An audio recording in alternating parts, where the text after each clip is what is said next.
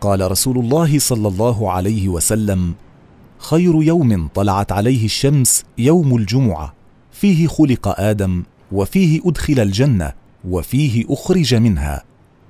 وعن أبي هريرة أن رسول الله صلى الله عليه وسلم قال: الصلوات الخمس والجمعة إلى الجمعة كفارة لما بينهن ما لم تغش الكبائر.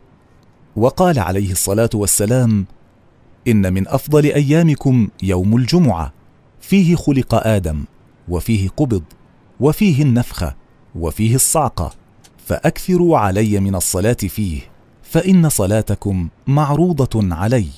قالوا: وكيف تعرض صلاتنا عليك وقد أرمت، أي بليت؟ فقال: إن الله جل وعلا حرم على الأرض أن تأكل أجسامنا.